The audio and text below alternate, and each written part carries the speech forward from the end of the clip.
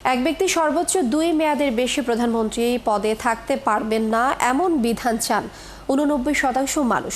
অন্যদিকে 71% মানুষ জাতীয় সংসদের উচ্চকক্ষে পিআর পদ্ধতিতে আসন বণ্টন চান। সুশাসনের জন্য নাগরিক সুজনের প্রস্তাবিত জাতীয় সনদ চূড়ান্তকরণে জনমত যাচাই জরিপে এ তথ্য উঠে এসেছে। মঙ্গলবার এক সংবাদ সম্মেলনে এসব তথ্য তুলে ধরে সুজন।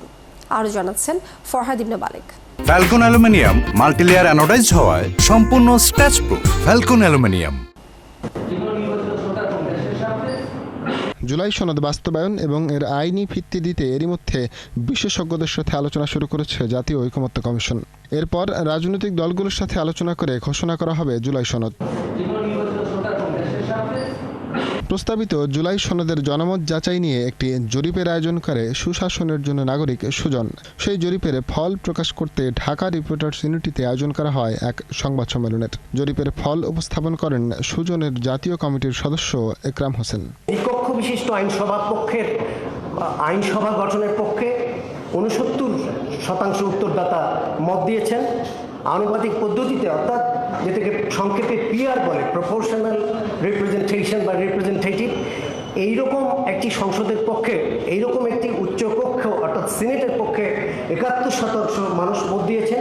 একই ব্যক্তি একই সাথে প্রধানমন্ত্রী, সংসদ নেতা এবং দলীয় প্রধান হতে পারবেন না, এই বিষয়ে 87% উত্তরদাতা মত দিয়েছেন। একই ব্যক্তি সর্বোচ্চ 2 মেয়াদের বেশি প্রধানমন্ত্রী পদে না থাকার বিধান সম্পর্কে 99% মানুষ মত দিয়েছে। জরিপে আরও উঠে আসে এনসিসি ও পুলিশ সংস্কার কমিশন চায় ঠিক কত শতাংশ মানুষ। সকল সাংবিধানিক পদে এবং 3 বাহিনীর প্রধানদের নিয়োগের জন্য একটি সাংবিধানিক কাউন্সিল বা এনসিসি গঠন করার পক্ষে মত দিয়েছেন 80% মানুষ। স্থায়ী স্বাধীন পুলিশ কমিশন গঠন করার পক্ষে বলেছেন 90% মানুষ। অনুষ্ঠানে সুজন সম্পাদক জানান, দেশের বেশিরভাগ মানুষ সংস্কারের পক্ষে। তারা মনে করে জুলাই গণঅভ্যুত্থানের আকাঙ্ক্ষাও ঠিক তাই।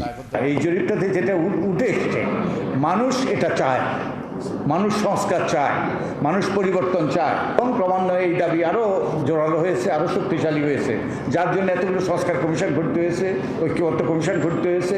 রাজনৈতিক দলের সাথে আলাপ আলোচনা করে একটা জুলাই জাতীয় সনদ প্রণয়নের প্রচেষ্টা চালানো হয়েছে।